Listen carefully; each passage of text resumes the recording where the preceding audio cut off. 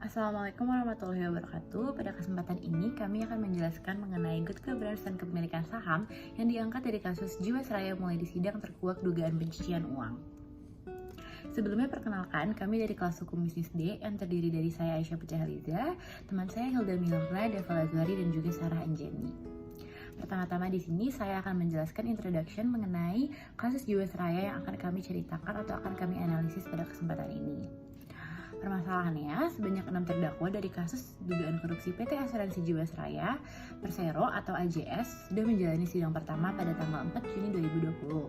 Terdakwa tersebut diantaranya Direktur Utama PT Hansen Internasional yaitu Beni Jokro Saputro, Komisaris Utama PT Trada Alam Minera yaitu Heru Hidayat, Direktur Keuangan Jiwasraya yaitu Heri Prasetyo, Direktur Utama Jiwasraya periode 2008 sampai 2018 yaitu Hendrisman Rahim, mantan Kepala Divisi Investasi dan Keuangan Jiwasraya yaitu Syah Mirwan, dan Direktur PT Maxima Integra yaitu Joko Hartono Tirto. Keenamnya dinyatakan merugikan negara sesuai dengan perhitungan BPK sebesar 16 triliun rupiah. Dana yang dikumpulkan dengan tambahan premi asuransi masyarakat dibelanjakan atas nama yang dipalsukan untuk menyamarkan sumbernya. Nah, investasi saham reksadana yang tidak transparan dan akuntabel selama 2008 sampai 2018. Tidak transparan itu termasuk sudah mengandalkan 13 perusahaan manajer investasi untuk membentuk produk reksadana khusus untuk asuransi Jiwasraya agar pengelolaan instrumen keuangan yang menjadi underlying atau aset turunan reksadana asuransi Jiwasraya dapat dikendalikan oleh Joko Hartono Tirto. Hendrisman Rahim, Heri Prasetyo, dan Syah Mirwan telah melakukan pembelian saham BJBR atau PT Bank Jabar Banten, PPRO atau PT PP Property Tbk, dan SMBR yaitu PT Semen Batu Raja. Walaupun kepemilikan saham tersebut telah melampaui ketentuan yang diatur dalam pedoman investasi yaitu sebesar 2,5% dari saham yang beredar. Dalam kurun waktu antara 2008 sampai dengan 2018, Hendrisman Rahim telah bersepakat dengan Heri Prasetyo dan Syah Mirwan agar pengelolaan dana AJS diserahkan kepada terdakwa Heru Hidayat dan Beni Joko Saputro melalui Joko Hartono Tirto untuk mengatur pengelolaan dana AJS. Dari kasus tersebut dapat dianalisa beberapa pelanggaran hukum yang ada. Contohnya, pasal 11 ayat 2 Undang-Undang Nomor 2 Tahun 1992 tentang usaha perasuransian. Lalu pasal 3 angka 4. Kemudian ada pasal 23 Peraturan Menteri Negara Badan Usaha Milik Negara atau Permen BUMN nomor per strip 01/MBU/2011 tentang penerapan tata kelola perusahaan yang baik (Good Corporate Governance) pada BUMN. Lalu juga melanggar pasal 18, pasal 19 huruf A dan B, pasal 20 huruf B dan C angka 1 dan angka 2 Peraturan OJK nomor 43 POJK 04 2015 tanggal 23 Desember 2015 tentang pedoman perilaku manajer investasi. Masalah selanjutnya adalah terdakwa Heru Hidayat yang dengan sengaja membelanjakan harta kekayaan yang diketahuinya dari hasil tindak pidana dengan menggunakan nama pihak lain dengan maksud menyembunyikan atau menyamarkan asal-usul harta kekayaan. Pelanggaran hukum dari tindakan tersebut adalah pada pasal 3 ayat 1 huruf C Undang-Undang RI nomor 15 tahun 2002 tentang tindak pidana pencucian uang sebagaimana telah diubah dengan Undang-Undang nomor 25 tahun 2003 tentang perubahan atas Undang-Undang nomor 15 tahun 2002 tentang tindak pidana pencucian uang. Kemudian dari sudut pandang hukum bisnis, pakar hukum dari Universitas Islam Indonesia, Prof. Muzakir, menilai kasus Jiwasraya dan dakwaan yang diberikan kepada para terdakwa sebenarnya lebih banyak menyentuh aspek hukum bisnis. Bila kasus ini ditinjau dengan hukum pidana, hal itu tentu saja tidaklah tepat. Kemudian salah satu pengamat hukum bisnis Universitas Bung Karno, Ibnu Zubair, mengatakan secara penelusuran hukum sebenarnya tidak berimbang juga bila hanya menggunakan pasal-pasal dalam pidana. Persoalan tersebut harus ditelusuri apakah penyebab dari kerugian negara yang mencapai 16 triliun itu merupakan kegagalan bisnis secara korporasi. Menurutnya, pendekatan hukum pidana saja tidak cukup menutupi segala aspek yang dilanggar, sebab permasalahan ini juga menyentuh ranah bisnis asuransi. Kemudian menurut Ricky Finando, salah seorang praktisi hukum, secara murni pelanggaran yang dilakukan oleh PT Jiwasraya adalah kejahatan korporasi, yaitu tindak penggelapan, penipuan, dan pencucian uang. Tindak penggelapan yang dilakukan adalah uang yang masuk dari nasabah baru dipakai untuk bayar nasabah pemegang polis lama yang telah jatuh tempo dan bayar imbal hasil. Artinya, Jiwasraya memakai uang nasabah pada nasabah lain. Hal itu tidak dibenarkan karena secara hukum, perusahaan hanya boleh menggunakan uang yang sudah masuk ke laporan neraca laba rugi dan telah disetujui pemegang sahamnya.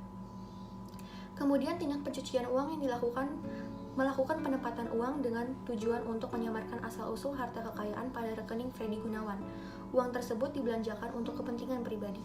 Selain di rekening Freddy Gunawan, Heru Hidayat juga menempatkan uang hasil korupsi di rekeningnya dengan menyamarkan asal-usul uang.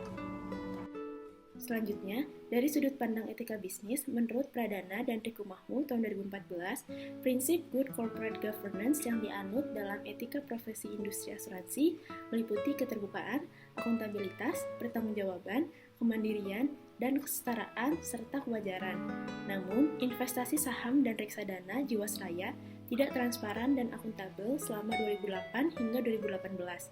Ketidaktransparan itu termasuk mengatur dan mengendalikan 13 perusahaan manajer investasi untuk membentuk produk reksadana khusus untuk asuransi Jiwasraya, agar pengelolaan instrumen keuangan yang menjadi underlying reksadana asuransi Jiwasraya dapat dikendalikan oleh Joko Hartono Tirto.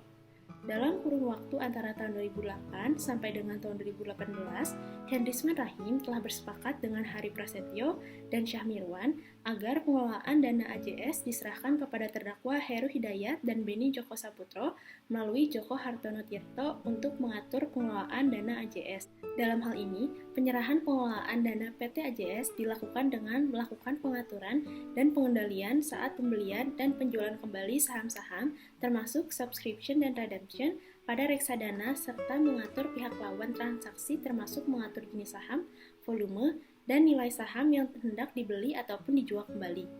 Pengaturan dan pengendalian pengelolaan investasi saham dan reksadana PT AJS yang seharusnya dilakukan oleh manajemen PT AJS tidak lagi difungsikan sebagaimana mestinya, dan komite investasi difungsikan hanya sebagai alat untuk melegalisasi seluruh kegiatan. Selain itu, Hendrisman Rahim, Hari Prasetyo, dan Syah Mirwan melakukan pembelian saham BJBR, yaitu PT Bank Jabar Banten Tbk, PPRO, yaitu PT PP Properti Tbk, dan SMBR, yaitu PT Semen Batu Raja Tbk, dengan tujuan mengintervensi harga. Padahal kepemilikan saham tersebut telah melampaui ketentuan yang diatur dalam pedoman investasi, yaitu maksimal sebesar 2,5% dari saham beredar. Lalu selanjutnya, solusi yang diberikan adalah penerapan good corporate governance ke PT Asuransi Jiwasraya. Di dalam good corporate governance terdapat 5 komponen. Yang pertama itu ada transparansi, di mana keterbukaan dalam melaksanakan proses pengambilan keputusan dan keterbukaan dalam mengemukakan informasi material dan relevan mengenai perusahaan. Lalu yang kedua ada accountability, yaitu kejelasan, fungsi, struktur, sistem, dan pertanggungjawaban organ sebuah perusahaan sehingga pengelolaan perusahaan terlaksana secara efektif. Lalu ketiga ada responsibility, yaitu kesesuaian atau kepatuhan di dalam pengelolaan perusahaan terhadap prinsip korporasi yang sehat dan juga peraturan perundangan yang berlaku.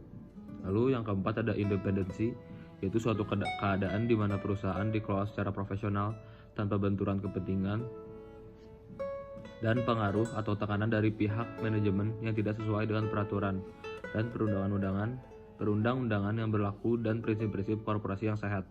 Lalu yang terakhir di komponen ini ada fairness, yaitu keadilan, yaitu perlakuan yang adil dan setara dalam memenuhi hak-hak stakeholder yang timbul berdasarkan perjanjian serta perundang-undangan yang berlaku.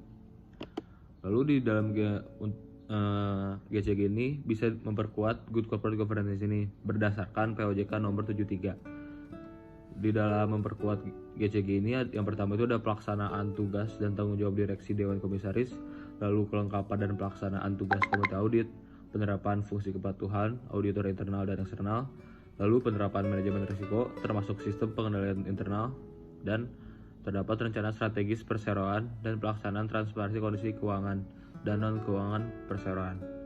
Setelah menerapkan GCG dan juga memperkuat GCG ini akan memperoleh keuntungan seperti meminimalisir agensi cost, meminimalisir cost kapital, meningkatkan nilai saham perusahaan, dan mengangkat citra perusahaan.